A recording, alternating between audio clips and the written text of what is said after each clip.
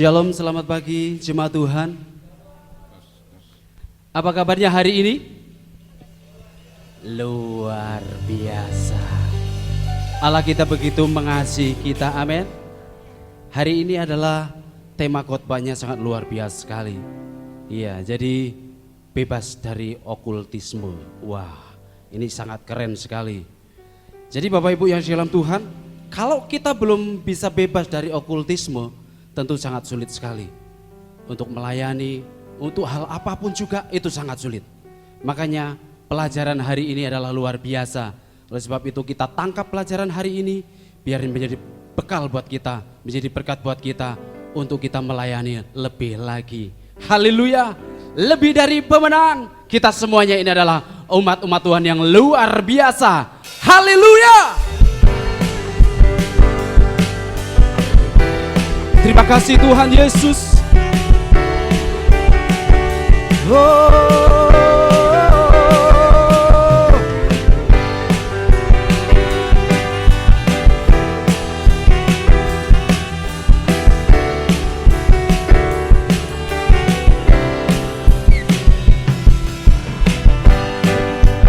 Terima kasih Tuhan Yesus. Lebih dari pemenang dalam segala perkara, iblis tadi kalahkan oleh kuasa darahnya. Jika Allah di pihak kita, siapa dapat melawan? Kita lebih dari pemenang. Yo! Lebih dari pemenang dalam segala perkara, iblis tadi kalahkan oleh kuasa darahnya. Jika Allah di pihak kita, siapa dapat melawan? Kita lebih dari pemenang. Haleluya, kibarkanlah panjinya, Yesus Raja segala raja. Oh, oh, haleluya, bangkitlah gerejanya, kita lebih dari pemenang. Siapa yang percaya katakan amin. Yesus adalah pemenang buat kita semuanya.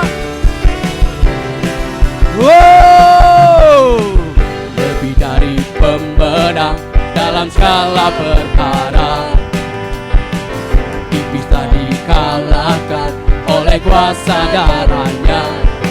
Jika Allah di pihak kita, siapa dapat melawan? Kita lebih dari pemenang. Wow, haleluya, kibarkanlah panjinya, Yesus Raja segala raja.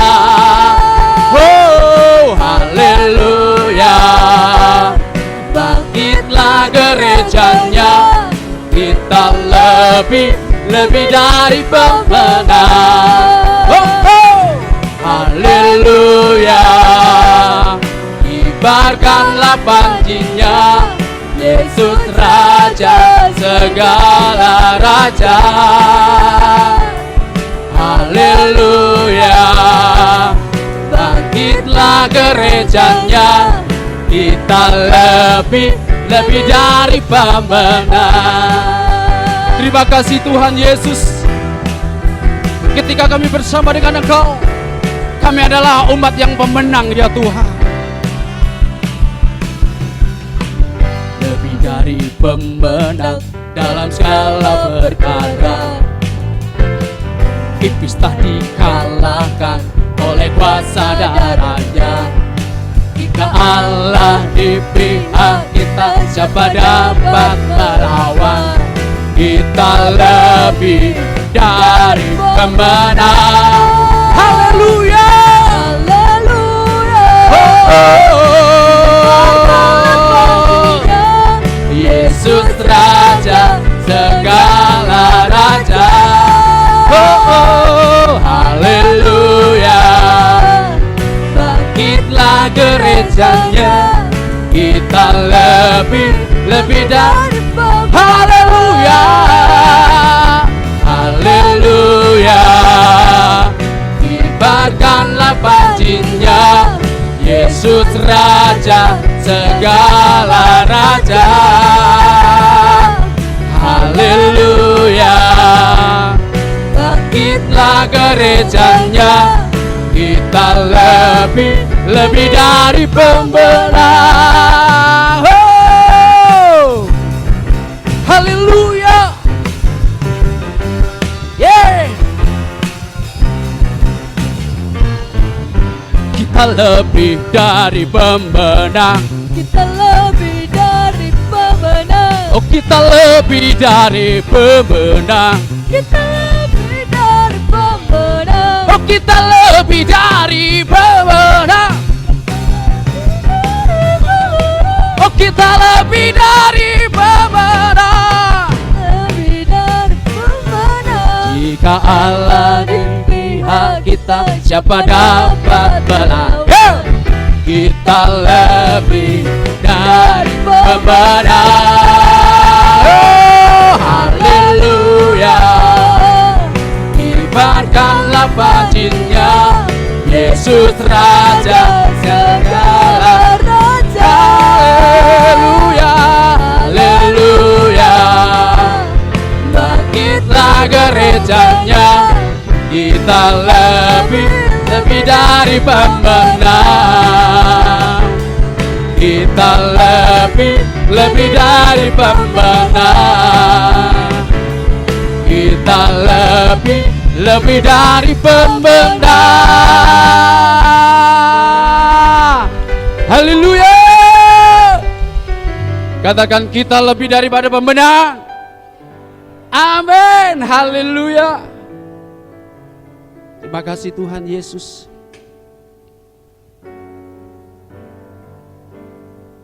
Kami bersyukur kepadamu Tuhan. Ketika roh Allah ada dalam diri kami. Kami umat-umatmu Tuhan. Pasti kami dilepaskan dari ikatan-ikatan apapun juga. Ketika roh Allah ada dalam diri kami.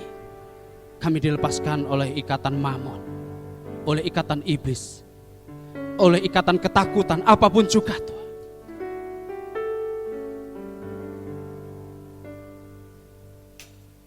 Terima kasih Yesus. Inilah kami Tuhan, umat-umat-Mu ya Yesus. Oh, Roh Allah yang hidup penuhiku, Roh Allah yang hidup pulihkanku. Turunlah urapan ke atasmu, membangkitkan kuasa-Mu. Roh Allah yang hidup penuhiku, Roh Allah yang hidup pulihkanku. Turunlah urapan ke atasmu, membangkitkan kuasa-Mu, membebaskan hidup yang terbelenggu, memulihkan hati mereka yang terluka, serta mencelingkan mata yang buta. Jadikan hidupku alat-Mu, dipenuhi urapan baru, menyatakan kebesaran kuasa-Mu. Terima kasih Tuhan Yesus. Oh, Roh Allah yang hidup penuhiku, Roh Allah yang hidup pulihkanku.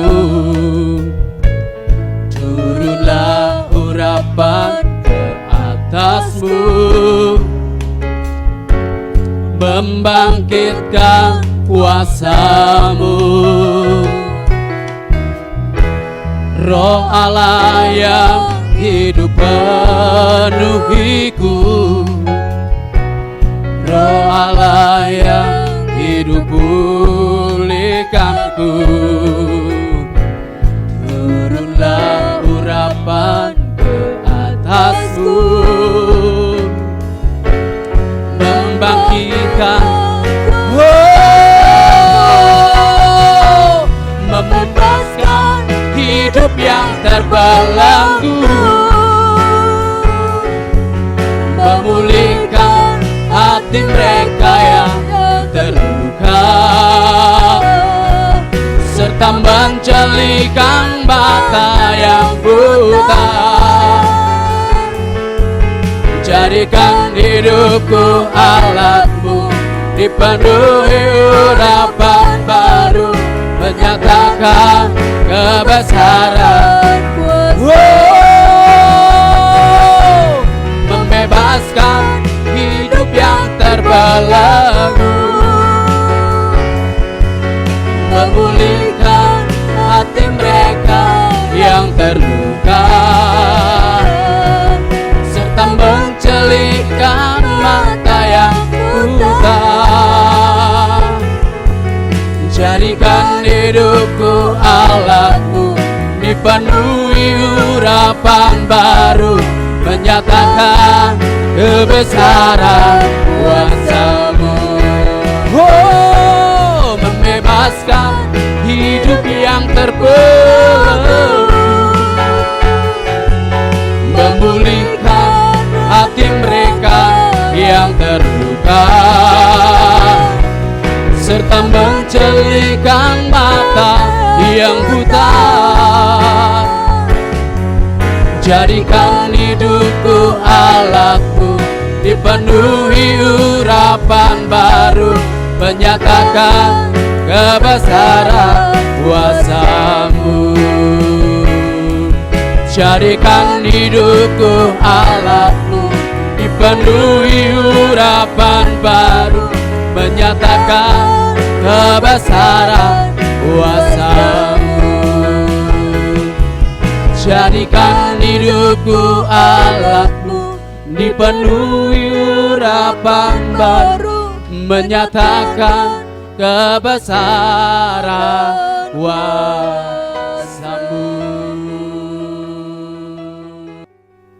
Kami siapkan hati kami Tuhan pagi hari ini untuk kebenaran firman-Mu Tuhan. Kami percaya Tuhan, pengurapan-Mu ada atas hamba-Mu. Berkati Pastor Melvin Nainggolan Tuhan, yang akan berbicara buat kami pagi hari ini Tuhan. Kami percayakan sepenuhnya hidupnya ke dalam tangan kasih-Mu Tuhan. Urapan daripada Allah yang maha tinggi mengalir atas hamba-Mu, sehingga firman Tuhan hari ini Tuhan boleh menguatkan kami. Firman Tuhan hari ini Tuhan boleh membukakan mata rohani kami. Begitu pentingnya kami bebas dari ikatan okultisme ya Tuhan. Terima kasih Tuhan Yesus. Kami siapkan hati kami untuk firman-Mu. Hanya di dalam satu nama, Tuhan Yesus Kristus, Tuhan dan Juru Selamat kami yang hidup. Haleluya. Amin. Amin. Ya. Bapak Ibu Shalom. Ya. Udah didoain, jadi saya nggak perlu doa lagi ya. Jadi doa tuh nggak perlu latah ya. Tadi ada dalam bahasa Inggris ada tulisan T was, itu it was, singkatan dari it was, tapi bacanya enggak it was ya kayak gitu. Jadi semacam akronim dalam bahasa Inggris. Jadi ada T was grace, nah itu bukan dibacanya bukan the was, tapi it was ya, it was, tapi singkatan semacam akronim dalam bahasa Inggris. Ya Bapak Ibu, kita masuk pada khotbah ini. Nanti saya akan dalami lagi karena ini terbatas waktunya pada waktu nanti ibadah, doa malam Zoom ya. Sekarang selalu begitu, apa yang dikhotbahkan sini pada waktu Jumat malam, doa malam akan direview lagi, dilanjutkan lagi, dan masuk tema baru lagi. Jadi tiap minggu temanya baru, kemudian pada hari Jumat kita akan review lagi, diulangi lagi. Jadi sayang kalau nggak ikut ibadah, terus ikut yang hari Jumat pasti nggak ngerti. Atau sebaliknya, tiba-tiba ikut hari Minggu, Jumatnya nggak ngerti. Jadi itu kesambungan ya, dan satu sambungan ya. Nah, temanya bebas dari okultisme. Ntar itu apa okultisme, kita akan bicarakan ya.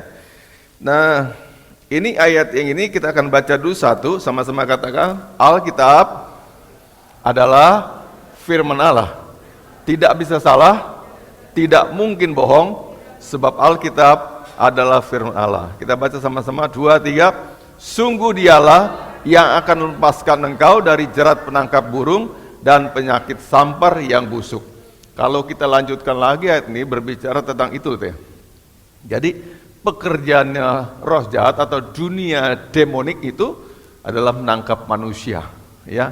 Jadi buruannya adalah bukan buruan harta. Mari kita udah belajar tentang mamon. Ya, sekarang nih kita, ya kita dijebak, dijerat, ditangkap, ya seperti penangkap burung tadi. Jadi tiap hari usahanya demonik itu adalah bagaimana kita terperangkap, terjebak, dan kita jadi di bawah kendalinya dia. Ya. Berikutnya, sekarang apakah ada roh jahat itu atau katakanlah ada makhluk yang gaib katanya ya?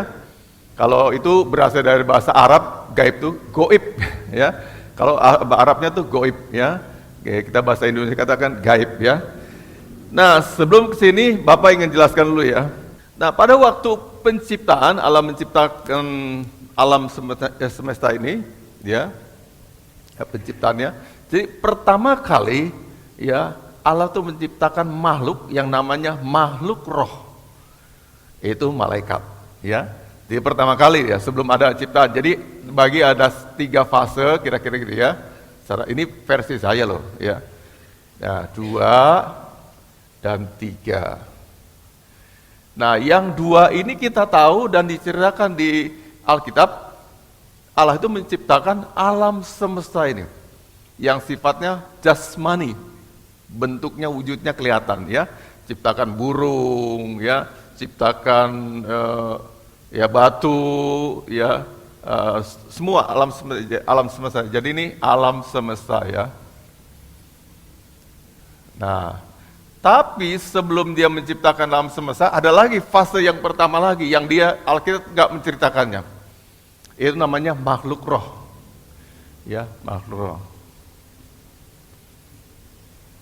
Makhluk ya, makhluk roh.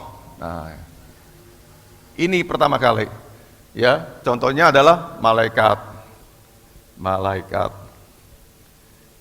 Nah, lalu ada di antara malaikat ini yang dia jatuh dalam dosa karena memberontak, ya, itulah jadi Lucifer atau setan ya. Jadi berikut. Tapi itu asalnya dari ciptaan. Tapi setan bukan diciptakan oleh Tuhan. Katakan amin, ya. Nah, ini dulu malaikat roh, lalu alam semesta yang kelihatan, yang berbentuk, yang berwujud. Lalu ada yang ketiga, manusia. Manusia ini punya dua-duanya.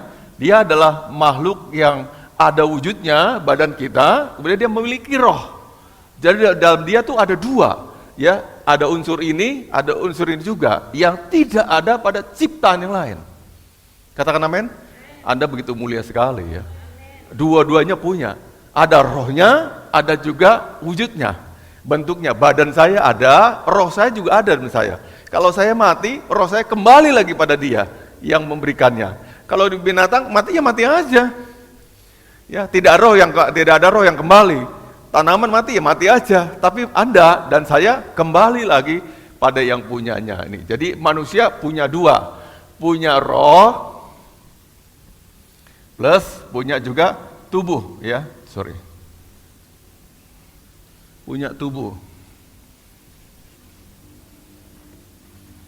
Nah, ini tubuh. Dari sini, Bapak nggak usah panjang-panjang ya, pakai ayat-ayat ntar jadi lama ya, khotbah kita kan terbatas waktunya. Kecuali Anda udah suka dikhotbahin lama-lama. 2 jam gitu ya, baru kita bisa. Nah, jadi dari sini membuktikan bahwa makhluk roh itu yang gaib, yang goib tadi itu ada. Katakan amin. Ada, nyata senyata-nyatanya. Hanya tidak terlihat.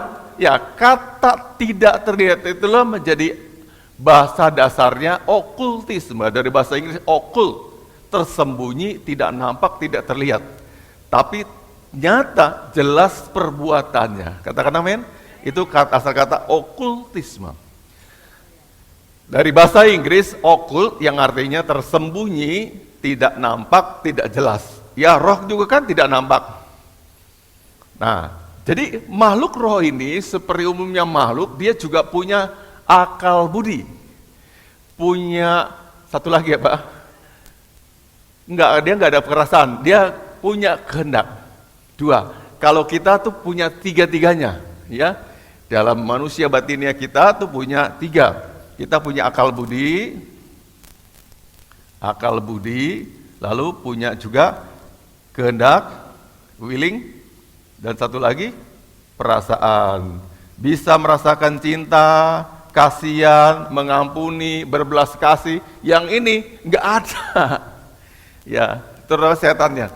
Ya, tapi yang makhluk yang ini yang mulia, yang malaikat beda. Ya, bedanya apa? Karena mereka itu jadi di bawah kehendak atau katakanlah tuntunan, katakanlah kendali Allah, maka dia nggak punya kebebasan seperti manusia. Ya, jadi kalau jahat ya kamu jatuh kecemplung ke kelompoknya setan. Ya, kalau baik tetap mengabdi di surga. Ya, seperti itu kurang lebih ya. Tapi kita diberi kebebasan pilihan, punya kehendak bebas, milih mau jadi baik, mau jadi nggak baik, itu pilihan kita semuanya. Katakan amin. Karena itu hati-hati dengan pilihanmu.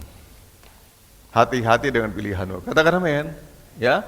Jadi teori ini nanti besok kalau minggu pertama Bapak akan ulangi lagi tentang keselamatan, diulangi lagi dan tiap kali minggu pertama. Teori mengatakan sekali selamat terus selamat itu nggak ada. Kenapa? Gini, saya agak keluar dikit ya. Kalau syarat selamat itu punya iman, berarti untuk selamat sampai akhirnya juga ada tetap dalam iman. Katakan amin. Katakan amin. Ibrani pasal 3 14 sampai akhirnya. Kalau di ujungnya tidak punya iman lagi ya nggak masuk surga dong. Walaupun ada pernah beriman, pernah percaya, pernah ke gereja, tapi itu nggak dipertahankan, nggak dipelihara, ujung-ujungnya jadi meninggalkan iman percayanya. Kata Firman, meninggalkan iman percayanya, ya dia nggak termasuk kelompok masuk surga. Pernah melayani, pernah jadi pendeta, pernah apapun juga, kemudian murtad. Tinggalkan iman percayanya, ya dia nggak masuk surga. Gini ya, misalnya, ini saya, lalu ini salib. Saya memandang salib, saya jadi percaya. Sejak saya percaya pada Yesus, saya punya iman. Katakan amin. Saya masuk surga, terpenuhi syarat masuk surga. Ada iman, ya. Kalau ada iman untuk masuknya, ada iman juga seterusnya. Halo. Kalau di akhirnya saya nggak punya iman lagi, ya nggak masuk dong. Nanti kan saya ajarkan lagi ya. Jadi ini yang kita harus pertahankan.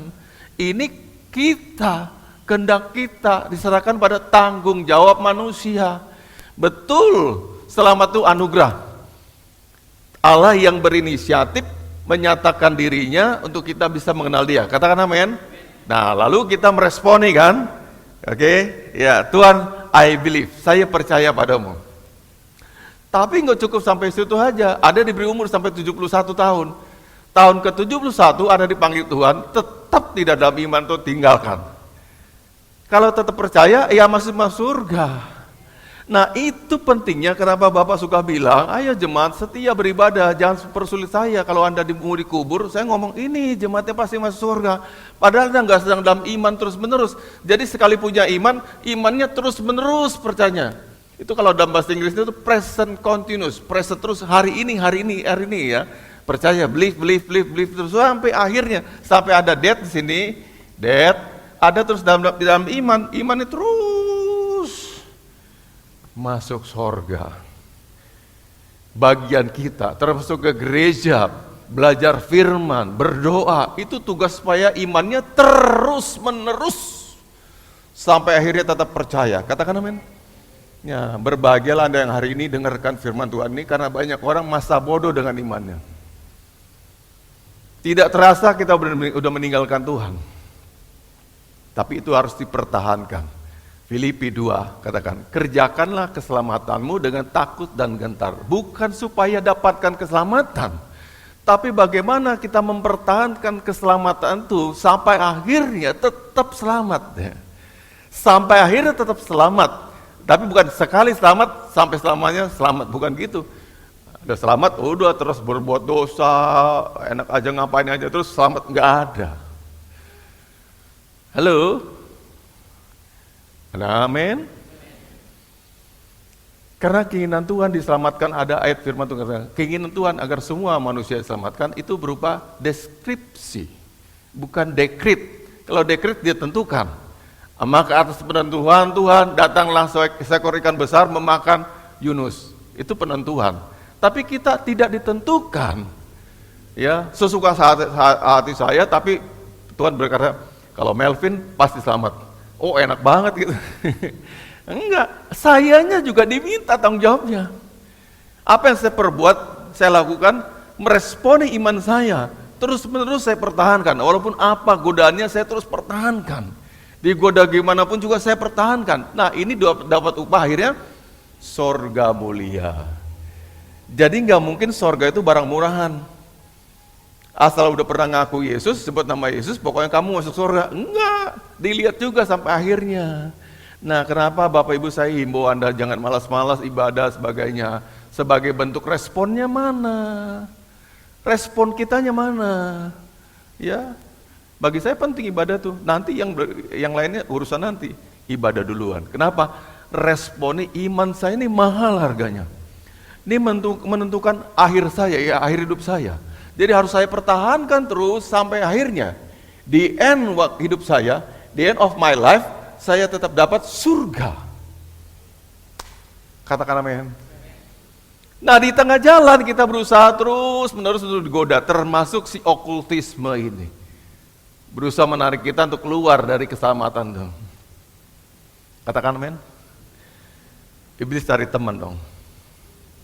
Halo. Pelajarin semuanya, kalau terhadap dogmatika, sekali selamat tetap selamat, nggak perlu lagi. Tapi perlu karena kita harus mempertahankan keselamatan kita.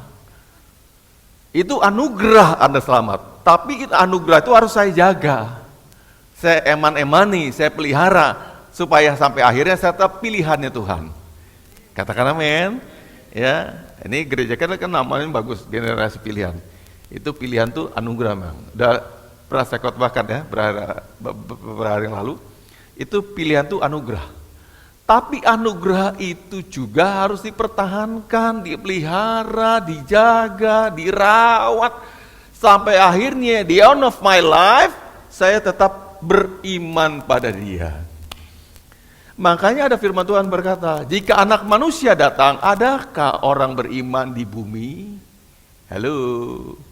Yang diukur kamu bertahan gak sampai akhirnya. Kalau besok ada pencobaan lebih besar lagi, perang terjadi, ya ada perang sekarang kan bukan perang tembak-tembakan ya.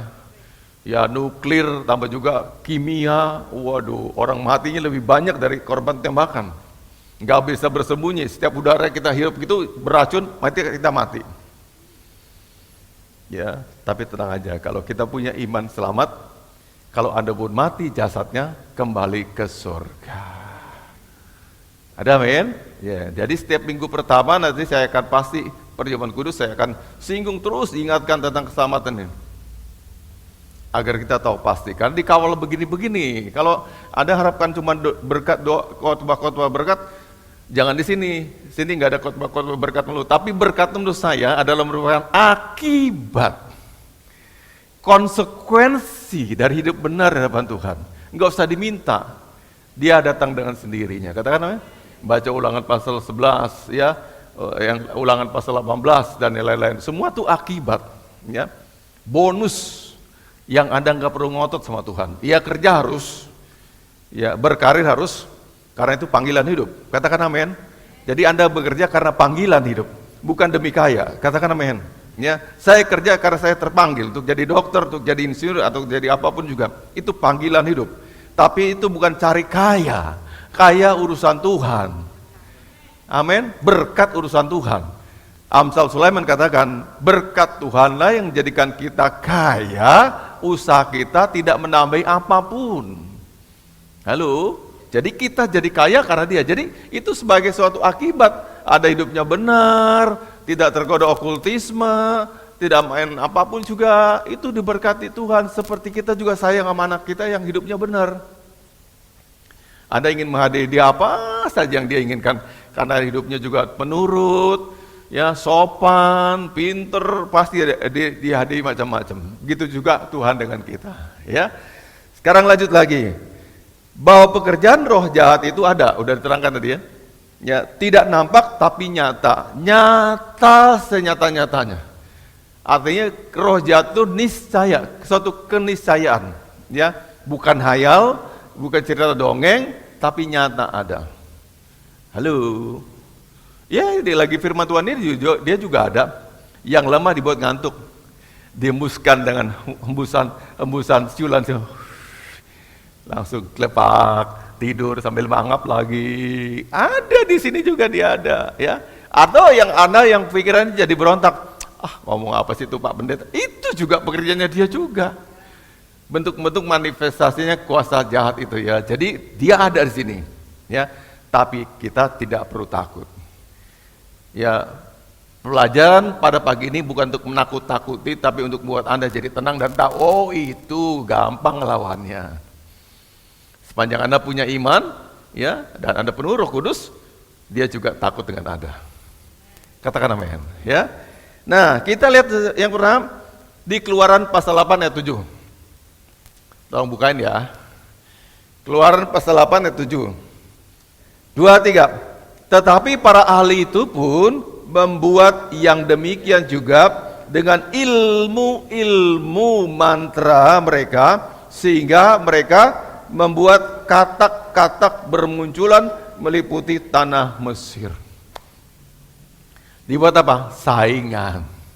Ya, jadi ada tulah yang Tuhan kirimkan berupa katak-katak itu dilawan lagi oleh para ahli pakai mantra-mantra. Berarti ini ada. Pekerjaan roh jahat itu, pekerjaan setan itu ada. Katakan amin. Jadi kalau kastanya ya kira-kira kurang lebih begini Bapak Ibu ya. Jadi kalau kasta yang tertingginya dikatakan setan atau katakanlah namanya, ya sering orang bilang Lucifer sebagainya.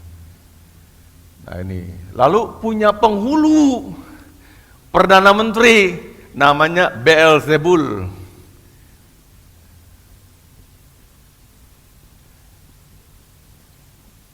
Nah ini, sering ada kata-kata ini kan Beelzebul, ini penghulu. Ya, penghulu setan punya Perdana Menteri, ini ngatur pemerintahan, rajanya setan yang paling atasnya, lalu Beelzebul ya. Udah gitu ada kasta bawah-bawahnya, yang paling bawah tuh roh jahat.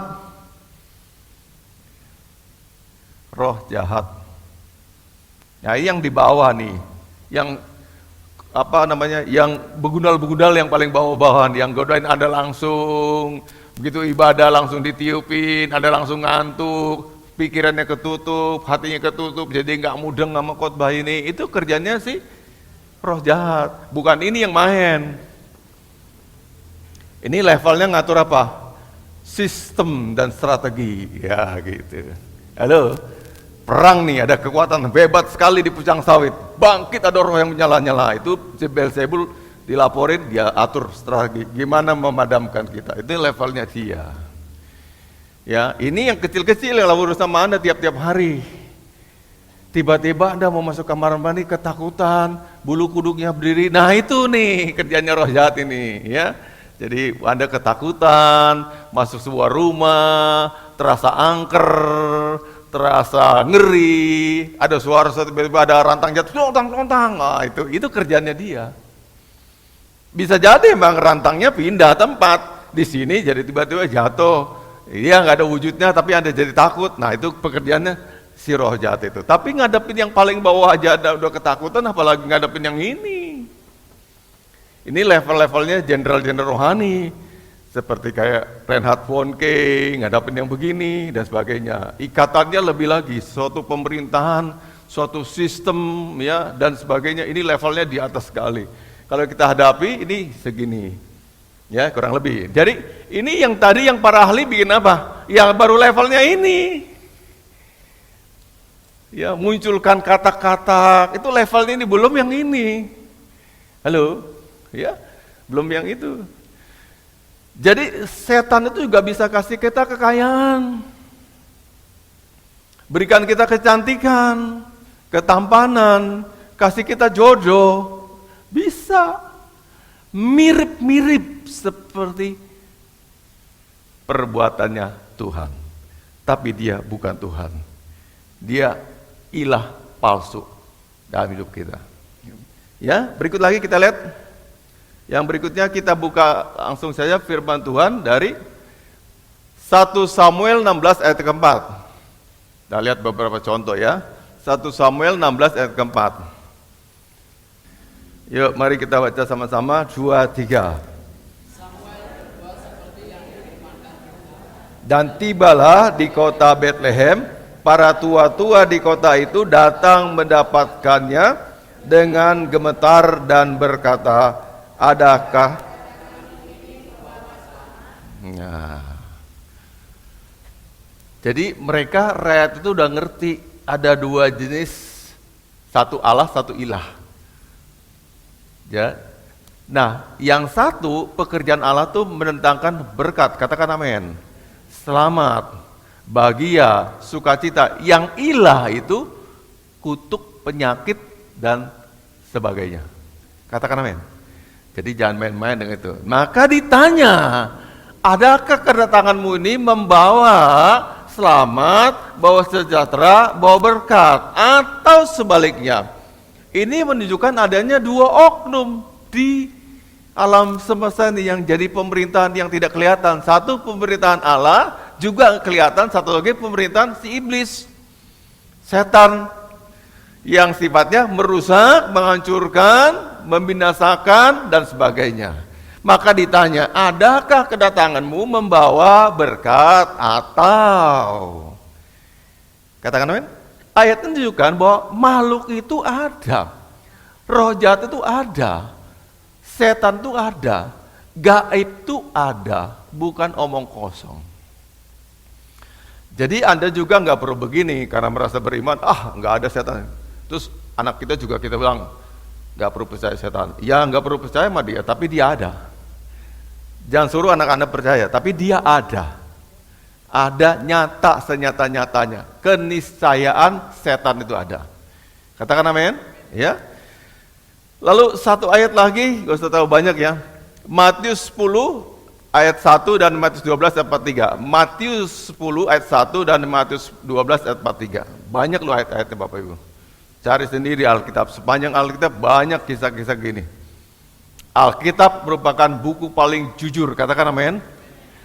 Kalau dia mau menulisnya nggak usah diangkat tentang setan, tapi dia cerita jujur apa adanya. Nah, kalau kita percaya Allah, kita juga percaya setan itu ada. Tapi tidak untuk mempercayakan hidup saya pada setan. Saya percaya pada Allah. Tapi dia ada, saya percaya. Tapi saya tidak mempercayakan hidup saya pada setan. Saya percaya pada Allah. Katakan amin, itu bedanya ya. Sudah ketemu? Matius 10 ayat 1 dan Matius 12 ayat yang ke-43. Udah keluar? 2, 3. Yesus memanggil ke-12 murid-muridnya dan memberikan kuasa kepada mereka untuk mengusir roh-roh jahat dan untuk lihat apa kata firman, mengusir roh-roh jahat. Berarti itu ada. Kalau nggak ada ngapain Yesus bilang begini? Ayo ini ada harus percaya dia ada, tapi tidak perlu Anda percaya pada dia. Katakan amin. Ya, Anda percaya bahwa roh jahat itu ada dan kastanya kayak begini. Setan paling atas, ada Beelzebul, ada roh-roh jahat. Dia ada, tapi kita tidak perlu percaya pada dia. Karena dia penipu, pendusta. Ya, tidak akan bawa saya ke jalan yang benar, pasti jalan yang tidak baik. Satu lagi sayang, Matius 12 ayat 43. Ya, sama-sama kita baca lagi.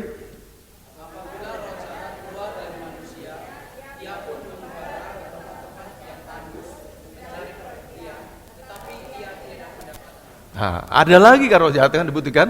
Sepanjang ada baca Alkitab terus keluar itu begini banyak sekali. Jadi gimana mungkin kita berkata itu tidak ada, itu hanya sebuah ilusi. Tidak, itu nyata. Hanya tidak kelihatan. Ada harus percaya roh jahat ada. Karena itu membuat kita kalau kita percaya juga untuk kita berjaga-jaga. Katakan amin. Serangannya bisa macam-macam. Nah, kemudian dikatakan satu lagi penting. Dia kata mengembara ke tempat-tempat yang tandus dan sebagainya. Artinya roh jahat ini hunian di mana? Dia ngambil tempat-tempat. Jadi kalau orang berkata di rumah itu ada roh jahatnya, iya itu juga benar. Emang dia bisa kemana-mana, ngambil tempat yang dia mau. Di dalam hidup Anda juga dia masuk kok. Anda nggak suci, Anda nggak kudus, nggak pernah baca firman Tuhan, ya Anda kesetanan. Penuh roh jahat, idenya, akalnya jahat melulu, mencuri, ngerampok dan sebagainya. Itu kan dikuasai roh jahat juga sama. Jadi manusia dihuni, apalagi tempat-tempat, gedung-gedung dan sebagainya. Itu tempat huniannya si iblis ini, roh jahat ini. Jadi dia memang ada, tidak berwujud, tidak kelihatan tapi nyata dan mengambil tempat-tempat dia punya hunian. Apalagi tempat-tempat yang kita keramatkan, ya memang kita keramatkan, dia makin megang posisi sana. Halo, tiap hari Anda bawa sesajen, taruh satu tempat, besok dibawa lagi, taruh situ lagi. Iblis mengklaim, oh ini dianggap keramat sama manusia, baiklah saya di sini aja. Halo, besok Anda sembarangan, Anda kencingin tempat itu, ya Anda kena sesuatu. Kenapa? Ya dia dianggap tempatnya dia kok. Kan gitu ya. Bukan kencing yang jadikan, karena Anda udah klaim sendiri ini tempatnya setan, tempatnya roh itu. Saya ambil contoh nih ya, ini meja persembahan nih ya. Dianggap nih dikuduskan. Saya taruh sini sesuatu, persembahan kasih makanan, ayam panggang, ayam bakar. Iblis gak makan ayam itu, tapi dia mengklaim ini tempat saya, hunian saya. Mereka udah memuja dan menganggap ini tempatku, tempat iblis. Dia main di sini. Lalu Anda sembarangan kencing di situ, ya dia marah. Gundulnya kena kencing, itu huniannya dia, gitu loh. Ada men? Ya, kita maju lagi ya, karena waktu terbatas. Setiap Anda juga boleh, mau minta kopian materi saya juga boleh. Pelajari lagi. Tapi gini ya, setiap saya khotbah hari Minggu itu dilanjutkan lagi di hari Jumat sekali lagi. Ikuti terus makanya supaya Anda juga jadi semakin jelas. Nah, sekarang bentuk-bentuknya. Manifestasi, kata manifestasi tahu artinya? Wujudnya. Ya, berwujud dalam hal apa? Yang pertama, dia berada dalam kepercayaan dinamisme. Setiap kita coba, berapa banyak kita kalau lewat pohon beringin. Orang Batak bilang tuh, Bonani, hariara. Ya, beringin. Kita langsung mengkeramatkan, langsung punya asumsi itu pohon keramat. Itu pohon keramat. Karena banyak manusia menganggap pohon beringin itu pohon keramat. Ya dia mengklaim ini tempatnya dia, huniannya dia. Tapi karena kesalahan kita. Coba kita bersihin, coba kita nyatakan, kita klaim. This is not your own. Ini bukan tempatmu. Ya iblis, keluar di sini. Ini tempat kami. Terus supaya kita pakai pujian penyembahan di pohon beringin itu, ya beda lagi. Tapi malah kita semakin jauh, malah kita semakin menghindarinya karena takut ini kita akan jadi kenapa-napa. Ya dia mengklaim ini huniannya dia. Nah, dia bermanifestasi dalam bentuk itu. Pohon beringin besar, batu besar, batu-batu ukir-ukiran, batu keramat, ya bentuk-bentuknya benda-benda yang dia masuk dalamnya dan dia mengklaim dia sebagai pemiliknya, ownernya dia. Padahal owner sesungguhnya adalah Allah Sang Pencipta. Katakan amin. Dia nggak ciptain apa-apa kok. Hanya kita klaim dia juga ikut diklaim kita. Katakan amin. Pelepasan itu artinya kita mengklaim bahwa dia bukan pemilik tubuh orang ini. Itu pelepasan. Dalam nama Tuhan Yesus, hai engkau setan, siapapun namamu, kamu tidak berhak atas tubuhnya ini. Orang ini adalah miliknya Tuhan. Kau perintahkan keluar sekarang juga. Nah, kita mengklaim. Jadi dia juga mengklaim tempat-tempat yang kita keramatkan. Kita sekali lagi, kita yang mengkeramatkan, bukan dia. Karena kita keramatkan, ya dia setuju. Dia bilang kamsia arigato. Aku dikasih tempat hunian. Aku di sini aja. Kenapa? Banyak orang Jawa menganggap bahwa Beringin itu adalah tempat hunian setan. Ya aku di sini. Betul nggak? Dia mengklaim. Nah, klaimnya berdasarkan klaim kita juga. Andai kita nggak mengklaim kayak gitu, ya dia nggak di situ. Karena kita mengklaim, dia ikut di situ. Mudah toh? Ketika Anda juga sering berkata, ini sumur keramat. Ya dia ada sumur itu. Anda yang ngomong begitu. Halo? Kita ngomong begitu. Kalau kita nggak ngomong gitu, ya dia nggak ada di situ. Ada katakan, ini kamar mandi kok rasa kalau masuknya mati sendiri lampunya atau kedap-kedip. Ya dia jadi kayak gitu. Halo? Aku punya kesaksian, ada orang berkata gitu. Tiap kali mandi lampunya kedap-kedip gitu. Karena dia udah punya pikiran kayak gitu. Aku mandi kamar mandi yang sama, lagi itu saya ke Bengkulu, nggak pernah terang benderang. Udah keluar kamar mandi, si tante tanya, Pak Pendeta, tadi mandi di sana ada diganggu orang nggak? Nggak ada, aman-aman aja. Emang tempat ke bawah, jadi kayak agak jurang gitu. Ya di sana kan nggak ada kamar mandi dalam rumah, kamar mandi di luar begitu.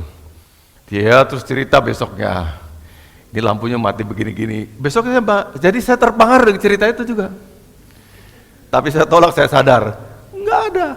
Habis saya mandi, orang lain mandi, ya kita sambil cari, lampunya tiba-tiba mati. Saya mandi lagi, terang lagi. Itu ya dia. Kita mengklaim itu tempat yang keramat, tempat yang begitu. Ya dia oke saja. Kamsi arigato. Tapi bukan dia yang menciptakan. Kenapa? Kita yang mengatakannya itu keramat. Karena itu jangan pernah mengkeramatkan apapun juga. Jangan pernah kita klaim ini sebagai tempat keramat. Ya keramat betulan nantinya. Halo?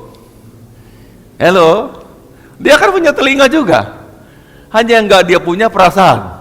Dia punya kehendak, punya akal budi, dia punya pikiran. Waktu kita berkata ini tempat ini keramat, maka dia mengklaim tempat itu sebagai tempatnya dia. Coba nggak kita bilang, yang nggak terjadi apa-apa, apalagi dipakai doa. Ada amin? Ya. Terus kami masuk rumah yang paling top sekali, seumur hidup saya di Purwosari. Tempatnya gede sekali, 2000 meter. Wah, orang pertama kali udah ngeklaim begini macam-macam. Ada pernah kru TV dulu, acara uji nyali, keluar semua, bubar acaranya, nggak tahan, nggak kuat. Dida kecil dulu tuh berani, makan di belakang. Yang katanya tempat setan nongkrong. Sampai ada pendeta Pak Daneras berkata, ini tempatnya naga nih, aku lihat ada naga. Ini singa, semua ditunjuk, semua tempatnya. Wah nggak ada yang aman dong. Kita terus berdoa aman. Aku ngobrol-ngobrol di luar sampai malam, kadang-kadang Ike ngetik skripsinya sampai pagi. Dida main-main begitu, nggak ada apa-apa. Kenapa? Klaim itu saya patahkan, klaim itu saya rubah. Tempatnya surga, tempatnya Allah, tempat yang terbaik, tempat hunian manusia, bukan tempat setan. Jadi jangan beri klaim tempat di rumah Anda, tempatnya setan, patahkan. Suatu ketika si mami kebablasan. Aku bilang kita nggak pernah tidur di kamar atas itu. Gimana ntar? Saya bilang maksudnya kalau jarang dihuni kan kamar jadi AC-nya nanti mampet. Dia kelepasan bilang, tempat gitu serem. Jangan pernah bilang begitu. Kita memberi tempat, memberikan pernyataan tempat itu serem, jadi serem. Hello, with me? Ya, jadi karena kita manusia membolehkan begitu, menyatakan itu, declare, maka dia juga oke. Kamu udah bilang seserem ya, aku ada di situ. Besok kita jadi sesuatu ketakutannya karena bayang-bayang kita sendiri. Halo, jadi pulang ke rumah nanti, declare yang baru. Tempat ini hunian surga. Tidak ada jejaknya iblis ini.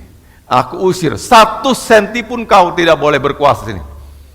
Yang adalah hadirat Allah. Semua aku kuduskan. Tempat mandi kudus, tempat nyuci kudus, tempat tidur kudus, semuanya kudus, tidak boleh kau sentuh. Ada amin? Nah, itulah pengetahuan gini perlunya supaya kita bisa bebas dari ikatan-ikatan okultisme. Yang kedua, dia ada dalam bentuk larangan-larangan atau tabu. Orang tua dulu, kalau anak gadis dilarang duduk depan pintu, di lawang itu duduk gitu, anak gadis jangan duduk situ. Dia ada dalam bentuk larangan karena kamu menyatakan gak boleh, ya dia bolehkan. Begitu si anak itu duduk situ, terjadilah susah jodohnya. Hello? Kita nyapu yang bersih, kalau nggak bersih dapatnya nanti berewokan. Ya dapat berewokan. Kita ngeklaim kok. Hello? Ini dosa kita karena mulut. Anda bebas karena mulut, ada juga tertawan karena mulut. Jaga mulut kita, kendalikan betul-betul. Kita bilang begitu, jadi kayak begitu. Katakan amin. Ya, simpel sekali. Dia ada di mana-mana. Tadi udah katakan dia mana-mana jalan mengembara kemana-mana. Begitu kita mengklaim sesuatu sebagai huniannya dia ada di situ. Kenapa? Cocok nih. Aku senang nih. Manusia udah mengklaim ini sebagai tempatku. Aku ada di sini aja. Halo, tahu ya? Sejak hari ini kita jangan sembarangan ngomong, jangan sembarangan ucap apapun juga, karena itu bisa diklaim sama iblis. Larangan-larangan, tabu yang kita anggap tabu tuh jadi tempatnya dia, huniannya dia, ya. Dikatakan larangan-larangan atau tabu, hal-hal yang tabu kita anggap tabu. Mandi siang hari kalau di sungai atau di danau, apa enggak, nama danau itu apa ya? Nama lain kalau orang di daerah Pekalongan, situ ya. Daerah Pekalongan bilang itu, saya lupa apa namanya? Situ ya, situ. Dilarang. Kenapa? Loh, ada suatu cerita entah dari mana asal dulu. Kalau mandi itu pagi, kalau siang jangan mandi. Kalau siang kita mandi, kita ditemani sama setan-setan. Setan dalam waktu mandinya siang. Kapan setan mandi? Setahu saya nggak pernah mandi dia. Kapan dia mandi? Tapi karena kita bilang begitu, maka siang-siang orang mandi. Karena orang udah bilang saya jangan mandi siang-siang, jangan mandi siang-siang. Kalau siang-siang kita ditemani setan, ya setan beroperasi. Nih ada mau semua mandi. Nah ini, nih temanku boloku. Langsung dia bilang teman-teman, siapkan rantai, ikat dia, jebak dia. Itu terjadi karena kita mengklaim. Hapus larangan apapun juga. Kecuali warning dari Tuhan. Halo, janganlah buat bagimu patung sembahan itu dari Tuhan, itu harus kita ikuti. Ya, tapi kalau yang dari budaya, adat istiadat, manusia, jangan kita buat yang baru. Udah cukup banyak larang-larang dalam hidup kita. Masa kita tambahin lagi? Katakan amin. Ya, itu tentang mandi siang-siang nih. Pernah dengar tentang itu? Siang tuh waktunya mandi setan-setan kan? Gendro-gendro pada mandi siang-siang gitu, pakai sampo, pakai sabun sip dan sebagainya, jadi wangi-wangi gitu ya. Nggak ada tuh, dia nggak pernah mandi. Tapi kita ngomong begitu, maka terjadilah siang bolong. Hati-hati, banyak orang siang bolong di rumah.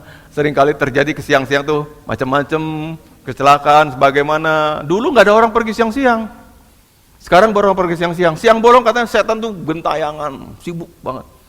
Ya, nah itu kan kenapa kita yang ngomong gitu. Ya, nah jadi dia mengklaim larangan-larangan kita, hal yang kita anggap tabu, malah dia mainkan di situ. Kamu udah bilang begitu, aku klaim aja.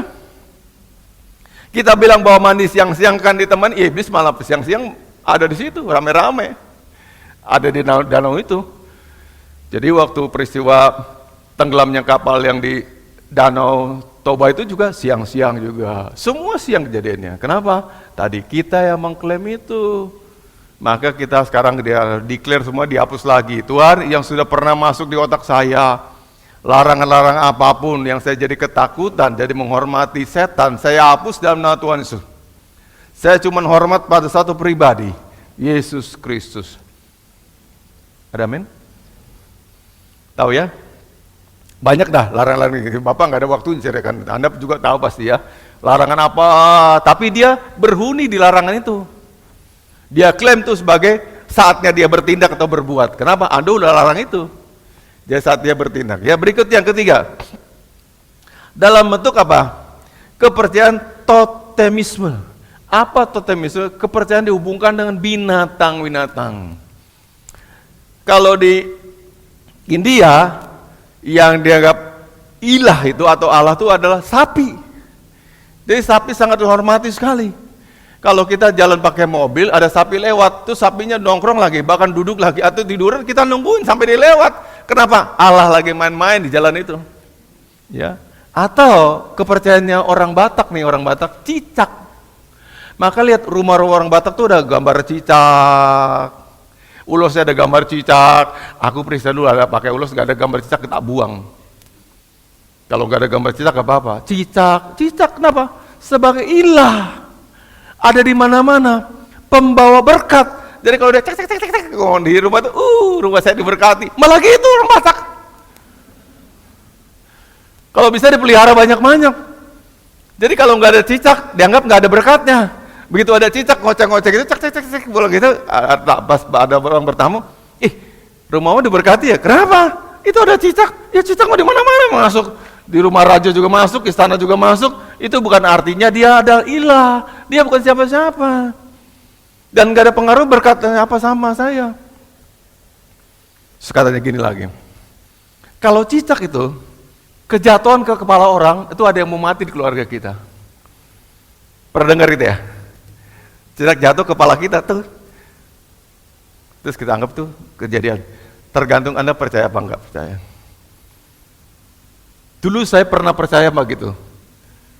Kejadian papa saya mati itu meninggal, saya malamnya kejatuhan cicak. Saya percaya sih.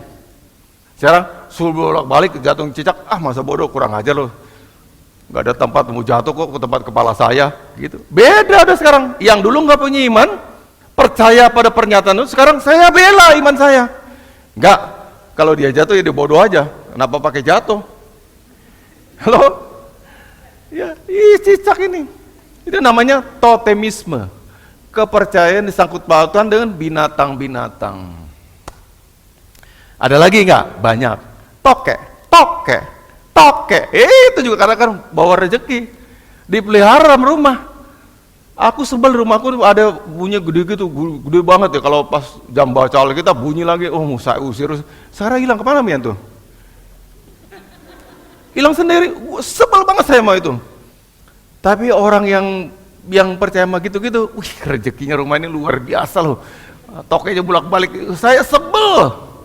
Ya, sebel banget gitu ya. Nah, itu loh. Jadi waktu kita mengklaim begitu, ya dia jadi ada di situ.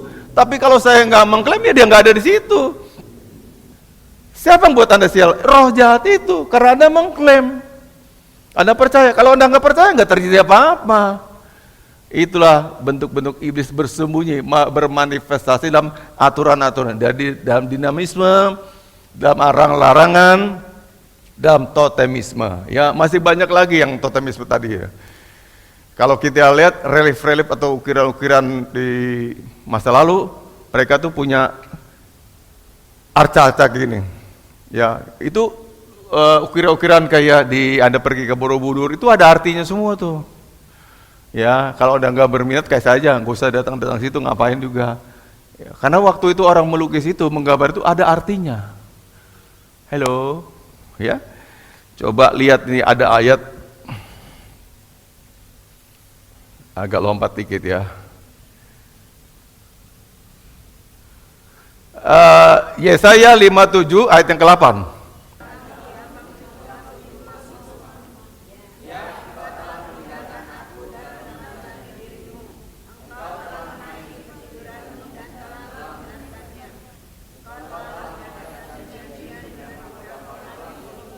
Terus ya.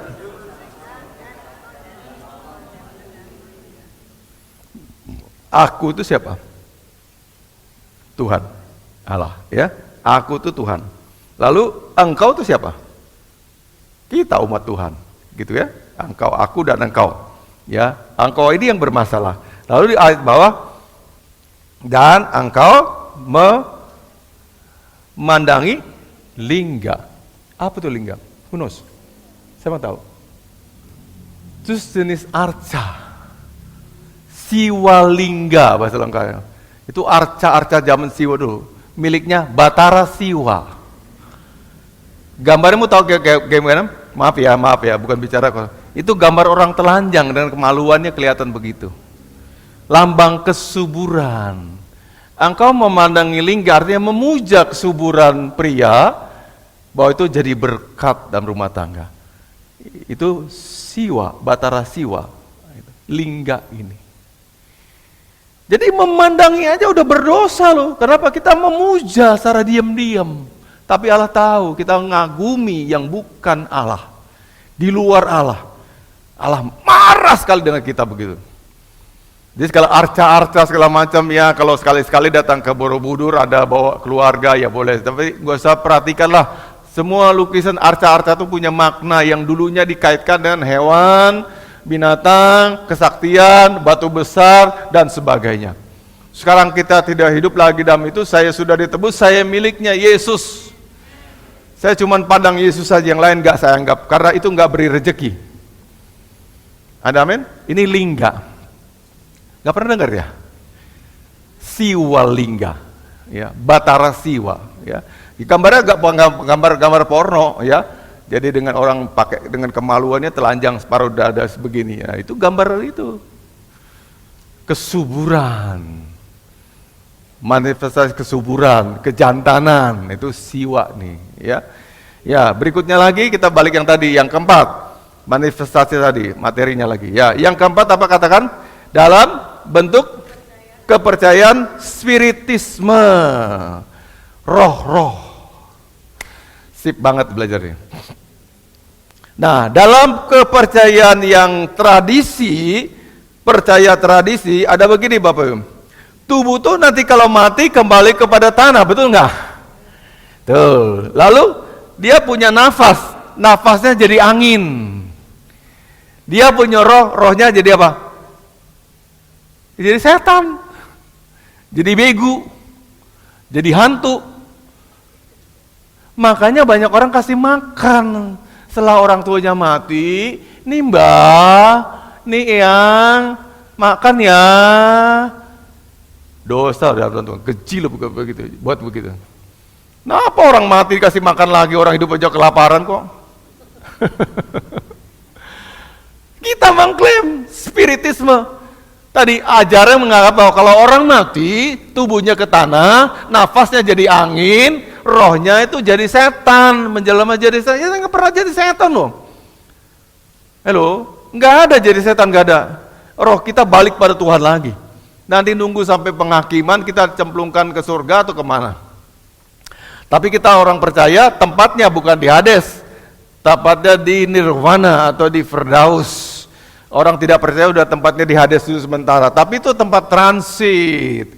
Masih ada nanti penghakiman lagi baru masuk surga beneran. Tapi nggak ada yang memang manusia jadi setan, tuh nggak ada.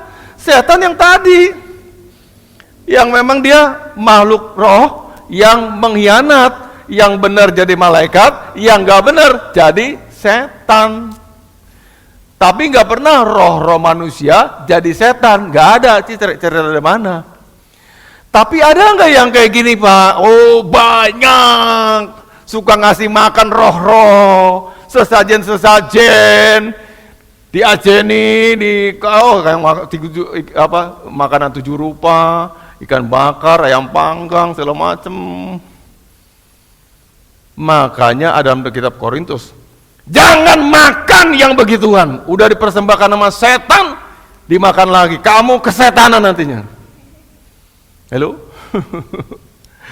Ya, kecilan kita kali pernah gitu ya, ada sejadi makan lagi, kamu kesetanan tuh, udah persembahkan sama setan kok, dia kan di dalam nampak gitu, dikasih gitu ya. Nah, serahkan, ada telurnya, mesti ada telur tuh. Rata-rata telurnya. Telur apa? Melambang kehidupan, keturunan, generasi berikutnya. Telur mesti ada, baru yang lain-lainnya. Kadang-kadang ada terancam, ada urap, tempe bacem. Itu kasih saya aja, antar kamu Songko, ngapain kasih sama setan begitu? Kenapa orang kayak gini bodoh? Karena kepercayaan tadi bahwa manusia setelah mati jadi setan. Enggak, Bapak Ibu, enggak pernah jadi setan. Kalau ada lihat orang kayak mbahmu, itu adalah bentuknya setan, memang menyamar, menakut-nakuti Anda, tapi dia enggak jadi setan. Hello, pernah lihat nggak gitu? Bu Hari pernah ditinggal bapaknya kali, pernah gitu lihat, aduh setan nih. Enggak, Bapak Ibu. Tapi mungkin kita pernah lihat. Tapi satu hal kita tahu, itu bukan keluarga kita. Tidak ada manusia. Jadi artinya gini, kalau jumlah setan bertambah dari roh manusia, jumlahnya banyak sekali. Itu sekarang aja udah banyak banget. Udah banyak banget, ngapain ditambah pasukan? Tapi dia bisa menciptakan antek-antek. Tetap manusia, di bawah kendalinya dia jadi jahat. Jadi kalau keluargamu ada yang meninggal, 7 harinya persembahkan ada pesajen. Mbah, dulu kita makan sama-sama, mari kita party again. Ini ada wedang, bahkan Mbah suka wedang jahe. Jangan, kasih ke gua aja daripada kasih ke setan. Setan mengklaim, ini makananku, dia nggak bisa makan kan, bukan makan begitu kan.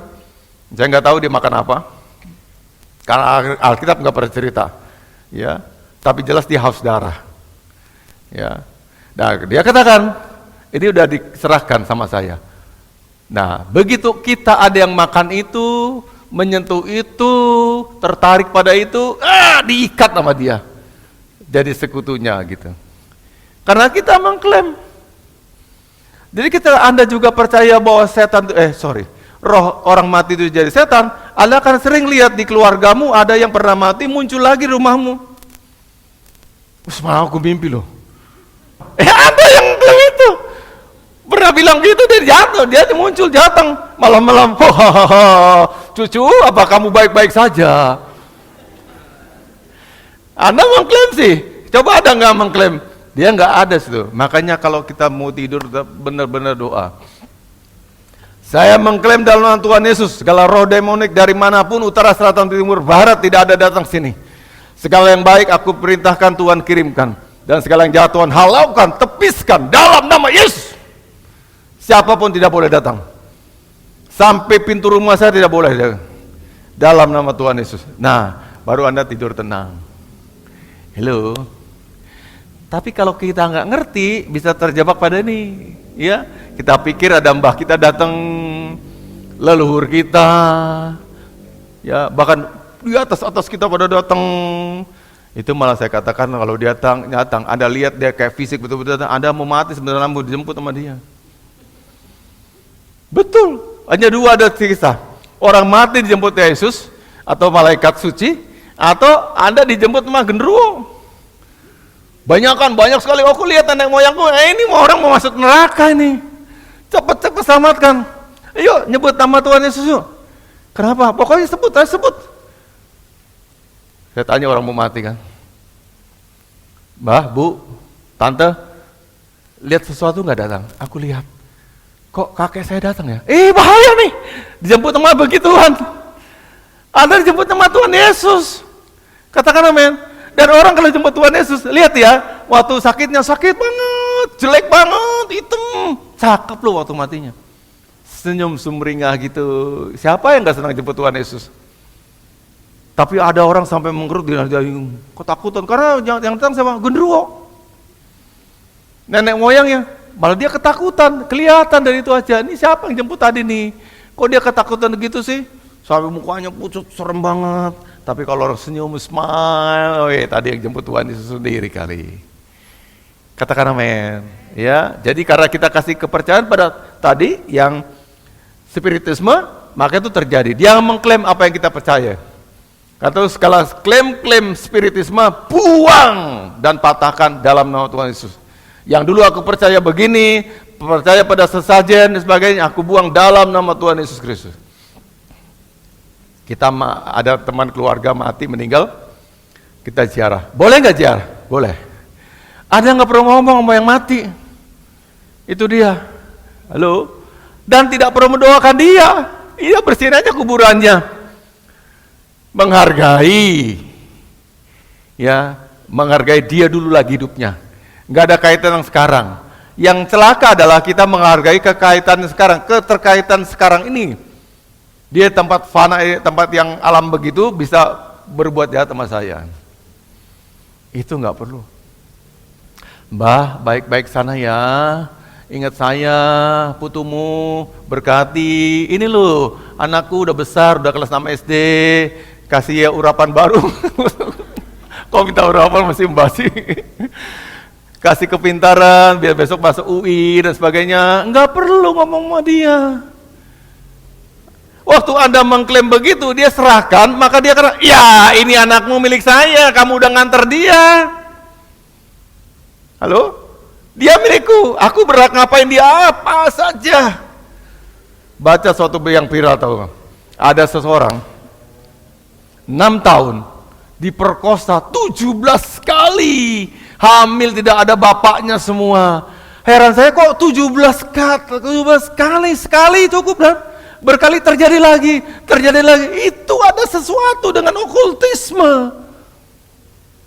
Kita bisa jaga diri kita kalau kita benar-benar mau Tuhan. Ada persembahan apa yang saya nggak tahu dulu orang tuanya, jadi anaknya keblangsak begitu, stres, gila, punya anak lagi dari hasil kemusuhan, punya anak lagi, berapa kali udah tiru laki-laki, 17 kali dan nggak pernah jadi merit. Gak bisa bayangkan gitu. Kok bisa ya?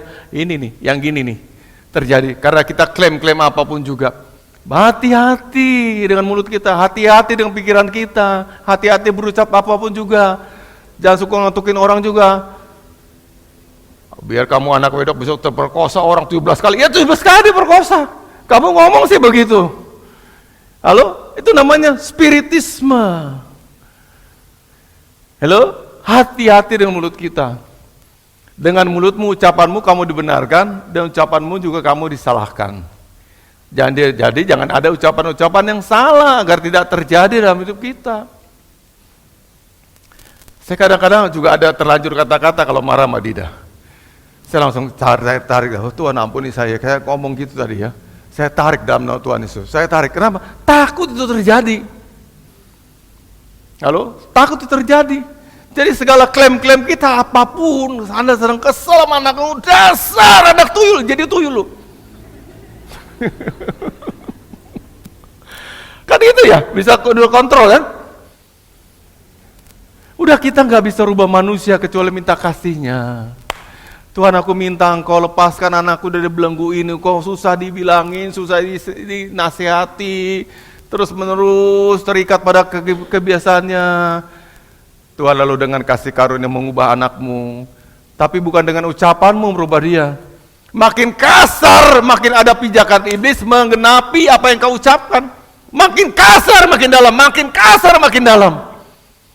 Makin punya pijak, kan gitu ya. Halo? Nah, kalau sini ada anak-anak yang Anda tahu orang tuanya kayak gitu sekarang. Ampuni papamu, ampuni mamamu. Dan kamu sendiri bisa katakan, aku batalkan apa yang diucapkan papa saya, mama saya, tentang saya, dalam nama Tuhan Yesus. Kadang-kadang, kalau anak udah gak dapat tempat jodoh lama, dia juga kan gak mau jomblo kan? Halo, sini yang mau jomblo? Gak ada kan? Tapi karena keselnya udah pengen cepat-cepat punya mantu, berkata, biar kamu jomblo aja seumur hidup. Wah, jomblo tenanan. Dia ngomong begitu, diklaim sama iblis. Dia semua terjadi karena pengklaiman kita. Kita nggak klaim apa ya dia lakukan, dia turuti. Tapi kalau kita nggak berkata-kata gitu, tidak ada dasarnya dia bertindak seperti itu. Terakhir nih ya, dalam bentuk ritual atau upacara-upacara keagamaan. Ada ayat bahkan waktu kita nggak cukup kali ya, yang sampai menjelaskan jangan kamu persembahkan mengorbankan anakmu laki-laki atau perempuan secara pengorbanan pada kayak kita sembeli domba atau lembu untuk Tuhan gitu ya, untuk penebusan dosa. Jangan. Itu ritual-ritual yang setan menginisiasikannya. Halo? Ritual-ritual. Banyak sekali. Banyak gak? Banyak. Duh, saya waktu nggak cukup sekali. Banyak kita pakai ritual-ritual gitu. Kita dibingungkan dengan semua itu. Hanya Anda nggak bingung kalau Anda baca firman Tuhan. Nggak akan pernah bingung. Ya. Jumat hati-hati, malam Jumat ada begini-gini segala macam. Terima terus masuk cekoki pikiran Anda. Dan lalu kita menciptakan ritual-ritual malam Jumat. Sesajen. Tuh. Kemenyan dan sebagainya. Sampai sekarang kalau gua juga nyium kemenyan langsung berasosiasi ini ada setannya. Kalau dulu cekokin gitu, kemenyan identik dengan setan. Padahal kemenyan itu satu persembahan. Yesus aja kasih kemenyan loh. Halo? Kenapa sekarang berubah jadi untuk kaitan dengan roh jahat? Yesus dapat kemenyan. Sesuatu yang nggak masuk akal. Kenapa? Manusia yang bikin itu semuanya. Lalu kita dihinggapi ketakutan, khawatir, terbelenggu, dan sebagainya. Hari ini bebaskan dirimu. Semua omong kosong. Only Jesus is right. Hanya Yesus yang benar. Gak ada yang benar lagi kecuali Yesus Kristus. Pegang iman dalam Yesus Kristus. Pertahankan sampai mati. Anda masuk surga. Yang lain gak ada. Suku apa yang paling banyak percaya gini-gini? Semua suku gak ada yang benar. Kalau kita ikut yang leluhur. Halo. Maka saya juga bisa-bisa, ya ini saya boleh, yang ini jangan, yang ini boleh, yang jangan. Jadi kalau ada kaitan dengan tadi ini, ada larangan, dia mengklaim situ. Halo, ada upacara gini, ada ngomong begini, ada menganggap yang orang mati bisa hidup lagi jadi setan, itu dia mengklaim situ. Sekarang bersihkan, dia memang ada di mana-mana, tapi jelas tidak ada di hati kita dan di gereja kita. Karena hati saya hanya saya berikan pada Yesus saja. Tidak ada yang lain berhuni. Pada Yesus saja. Sekarang saya nggak ada waktu yang lainnya, cuma satu kuncinya lagi. Bagaimana kita membebaskan diri kita dari pengaruh okultisme? Kunci jawaban pertama kali adalah Yesus Kristus. Ada hidupnya Yesus.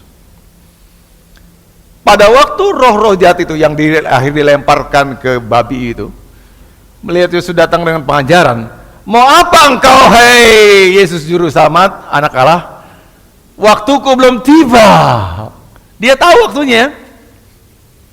Mau apa? Berarti roh jahat itu sangat kenal dengan Yesus. Katakan amin dong. Sangat kenal. Dia tahu siapa di sini yang ada Yesus dan matinya, dan yang tidak ada, yang palsu, orang Kristen palsu, sekalipun kamu pelayanan. Itu mangsanya iblis. Tapi kalau ada Yesus dalam dirimu, dia kenal. Itu bukti mana? Itu babi-babi tadi itu nawar. Waktumu belum ada, belum waktunya, belum saatnya kami dibuang. Lemparkanlah kami kepada babi-babi itu. Betul. Kok dia kenal Yesus sih? Padahal Yesus nggak memberikan announcement. Hey, para babi-babi atau para roh-roh jahat, saya Yesus, I'm the Jesus Christ. Dia ngomong itu, tapi roh jahat itu kenal.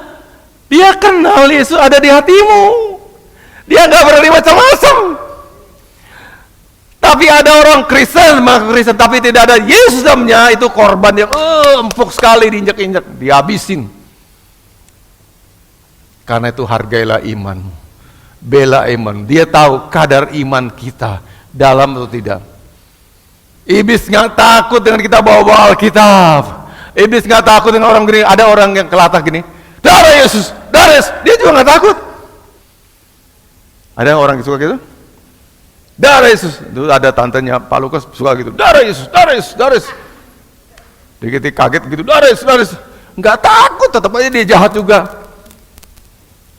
Dia cuma takut. Kita bisa silent, very silent, diam aja. Tapi dia teropong hati kita. Ada Yesusnya, dia lari. Dia takut, ini orang ini tenanan ada Yesus dalam hatinya. Kalau dia ngomong, kita akan kocar-kacir semuanya. Lebih baik kita pergi mendengarkan diri. Tapi Anda walaupun rajin ke gereja, Anda baca firman juga katanya, tenteng-tenteng Alkitab gede-gede. Dia tidak takut. Hanya orang yang ada Yesus dalamnya, dia takut. Tuhan berkati kita. Saya undang pemusik masuk. Hari Jumat, Bapak teruskan lagi ya. Ini sampai akhir selesai. Dan nanti minggu terakhir kita akan ada talk show, acara kreatif tentang ini semuanya. Dari yang pertama, Mamon, dan sampai ini.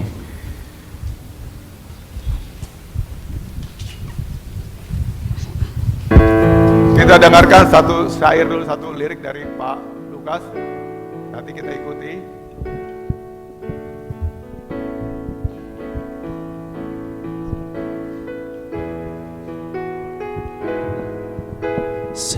Selain Kau tiada yang lain. Amin, amin, katakan amin.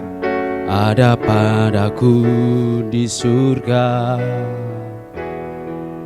Selain Kau Tiada yang lain. tiada yang lain. Yang ku ingin di bumi, yang ku ingin di bumi. Sekalipun dagingku dan hatiku habis lenyap, gunung batuku dan bagianku,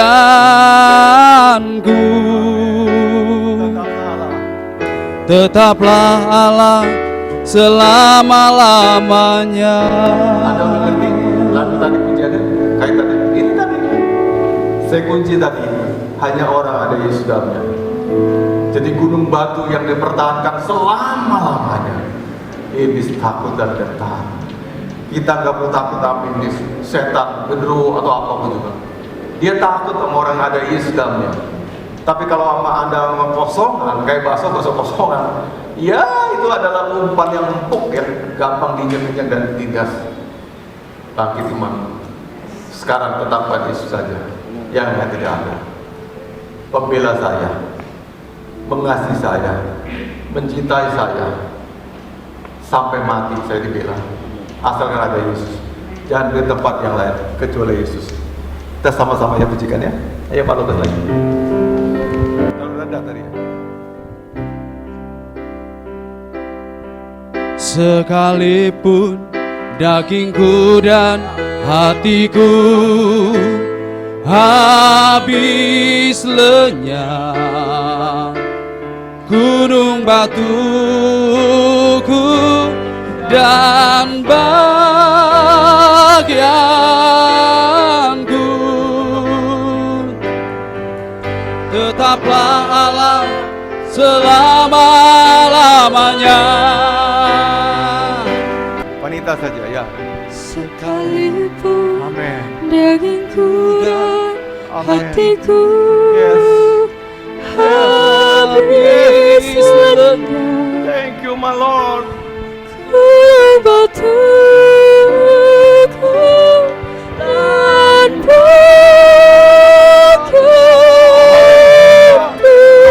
Saya Tuhan.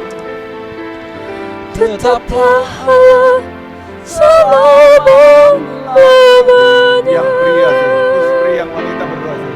Sekalipun dagingku dan hatiku habis lenyap, gunung batuku dan bagian, Amin, amin. Sama-sama ya kita katakan. tetaplah Allah selama-lamanya. Semua Jumat. Sekalipun dagingku dan hatiku habis lenyap, gunung batuku dan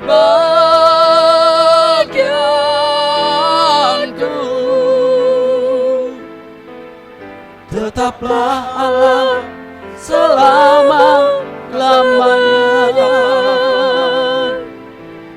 Tetaplah Allah selama-lamanya. Tetaplah Allah selama-lamanya. Kalau ada yang tidak tahu berdoa, tapi Anda pernah merasa aku terlibat dalam kultisme, di tempatmu saja tapi angkat tangannya. Saya tahu, saya akan doakan. Adakah Anda yang pernah terlibat dalam dosa okultisme? Karena besok Jumat akan diajarkan, siapa orang terlibat dalam dosa okultisme, dia jadi musuhnya Allah. Karena perbuatan okultisme adalah kekejian di mata Tuhan. Kita jadi musuhnya, maka kita berdoa kayak gimana pun gak diberkati Tuhan. Jalannya susah. Kenapa? Pernah menentang Tuhan dengan bermain okultisme. Ada? Ya Tuhan Yesus, Kau tahu ada anakmu yang mengaku dan dia tidak bisa berdoa hari ini, pernah terlibat dalam dosa okultisme. Ampuni dia Tuhan, agar Tuhan menyembuhkan hatinya dan batinnya, agar dia jangan jadi musuh Tuhan.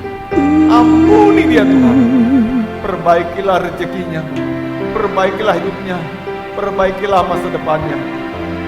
Di luar pengetahuannya yang dia lakukan menentang Engkau, tapi karena ketidaktahuannya, kiranya Tuhan ampuni dia, pulihkan dia, balut hatinya, dan biarlah rezeki baru mengalir, kehidupan baru mengalir, dan sukacita baru mengalir dalam hidupnya. Dan saya berdoa untuk semua jemaat Tuhan, hiduplah dalam kekudusan. Jangan pernah beri tempat pada setan. Tuhan berkata demikian. Yakobus katakan, jangan pernah beri celah, sedikit pun jangan beri celah. Kalau engkau beri celah, dia dapat hunian, dia dapat pijakan, dapat tempat. Sekarang taruh tanganmu di dada, ikut sama-sama. Tuhan, hari ini saya mengklaim. Tuhan, hari ini saya mengklaim. Tuhan, hari ini saya mengklaim. Tuhan, hari ini saya mengklaim. Hidup saya milikmu. Hidup saya milikmu. Kepunyaanmu. Kepunyaanmu. Pikiran, Hati, tubuh saya, kehendak saya, milik Tuhan sepenuhnya. Milik Tuhan sepenuhnya. Aturlah hidup saya, kendalikanlah hidup saya, seturut kehendak-Mu, seturut dengan dan saya melupakan saya yang menjadi bagian masa lalu saya. yang menjadi bagian Itu masa adalah lalu suatu saya. kebodohan saya, saya. dan saya datang padamu Dan saya datang menerima kepadamu. anugerah-Mu. Dengan anak Sebab firman Tuhan berkata Sebab firman dalam 1 Tuhan Yohanes berkata, 1:9, jikalau kita mengaku dosa kita, maka Allah setia dan adil dan kita akan diampuni. Pulanglah dengan membawa sukacita dan damai Allah serta berkat-berkat dari Tuhan. Tuhan kiranya memberkati engkau serta memelihara hidupmu. Tuhan juga menyinarkan wajahnya atas engkau dan memberi engkau kasih karunia yang baru. Tuhan juga menghadapkan wajahnya ke arahmu serta memberi engkau damai sejahtera dari sekarang sampai Maranatha. Tuhan datang kembali yang kedua. Sama-sama kita katakan amin. Selamat ulang, Tuhan berkati kita.